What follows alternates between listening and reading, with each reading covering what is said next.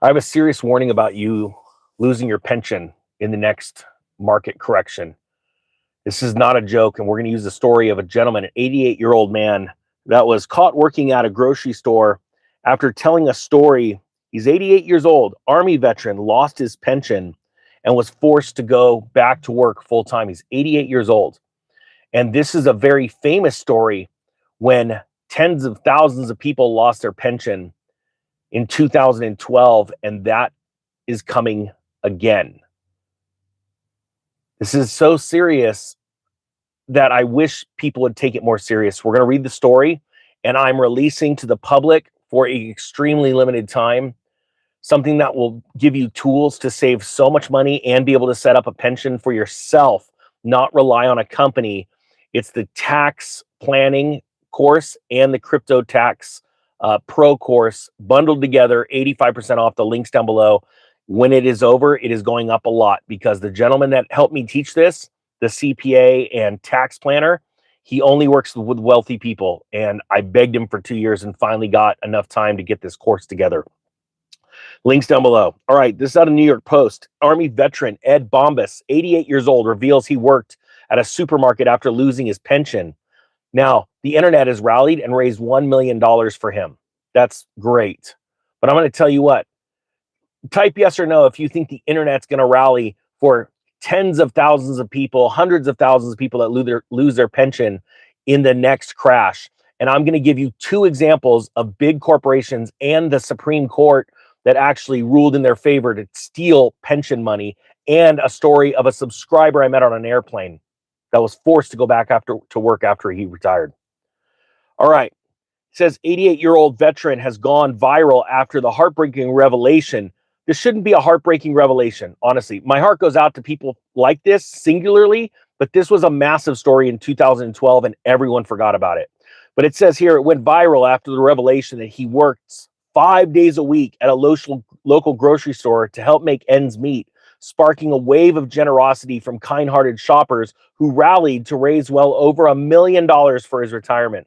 Ed Bambas, a cashier at a Meijer store in Brighton, Michigan, lost his pension 13 years ago, and despite his age, is now forced to work 40 hours a week. I guarantee you nowhere in the story, because I'm reading it right now live with you, nowhere in this story is it going to talk about all the other people that lost their pensions in 2012. It's not going to talk about all the people in the airline industry that lost their pensions in 2006. And I'm going to tell you those stories and show you how they correlated around the Great Recession, both before and after. I wish people understood how serious this is. You need to start taking action right now. You can obviously tell. And you could build a pension and get tax-free ways of not only putting your money in, but also tax-free ways of pulling it out. All right. He says here, I retired from General Motors in 1999, and in 2012, they went bankrupt and they took my pension away. They actually took all of their stock away too. My friend lost $40,000 in stock, only for them to reissue new stock and raise money to pay off the government debt 5 or 6 years later. It's absolutely disgusting to me. But he says here, they went bankrupt, they took my pension away from me. He told an Australian influencer this story that was just in the store, right? So fast forward, the Australian influencer put it out, it went viral, and they raised a bunch of money, right? Oh, that's great. Everything's over. No, it's not over. Hundreds of thousands of people lost their pension back in 2006 to 2012, and no one's talking about them. The New York Times just wants to do a feel-good story. So I'm gonna separate it right now and break down the truth. In the early 2000s, there was a massive boom after the dot-com crash, which, by the way, a lot of people lost their pensions and they lost their jobs. The Federal Reserve dropped interest rates drastically. It spurred loans in mortgages and all cars and all kinds of things, and everything was booming. By 2004, 2005, General Motors was selling more SUVs than you could shake a stick at. Everyone in California, Type 1, if you remember this, was driving a big gas-guzzling SUV, but guess what? Oil prices started to skyrocket. And then everything started to wane. Scales of cars slowed down. People weren't going on as many vacations, so they stopped flying. And all of a sudden, the news headlines were that semi-trucks were pulling over the side of the road because they didn't have enough money to put the gas in the semis to go and deliver their food. The airlines started going bankrupt. And guess what they said? If we go bankrupt, everyone's going to lose their jobs. So how about this? Let's steal the pension money. Let's steal the pension money and keep going. And that's our only choice. And they went to the employees. They said, if we don't take your pension money, you're going to be out of work. What would you rather do? Work a little longer or be out of a job?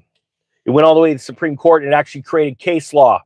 This is not a joke, because in this day and age, type 2, if you understand this, there's barely any judges sitting on a court in a courtroom that have the guts to create a new case law, something that's never been heard. They're scared.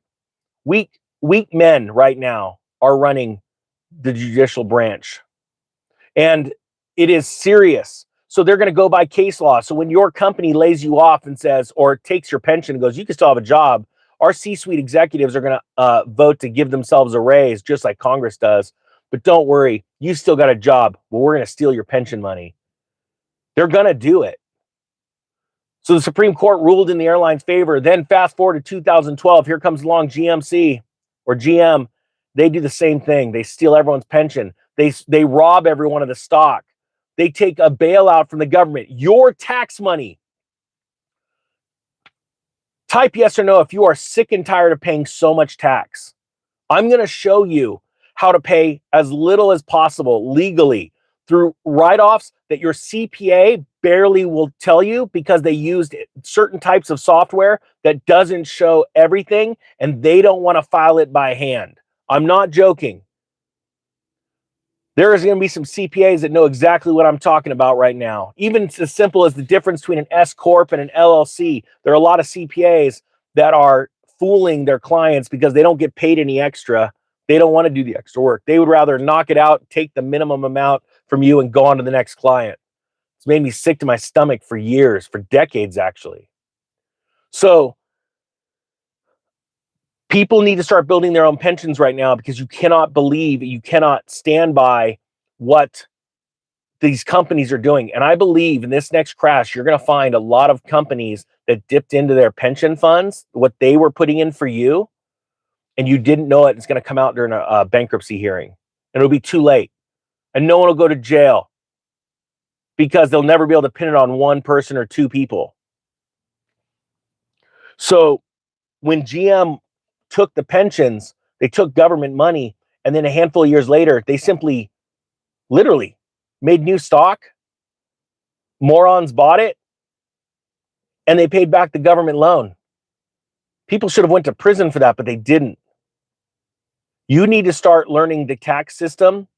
You know, every single time I would go into a tax meeting and I would tell the tax person, we need to write this off, and they would say, no, that's not possible. And I'd say, well, go check. I'm right. You're wrong. My wife would get so upset. And 9 times out of 10, I was always right, because I was reading about the tax code and legal tax loopholes, gaining wealth at the same time, because I was doing exactly what wealthy people do. And that's learning about taxes and how to pay less of it legally. Now, I'm not a tax professional, right?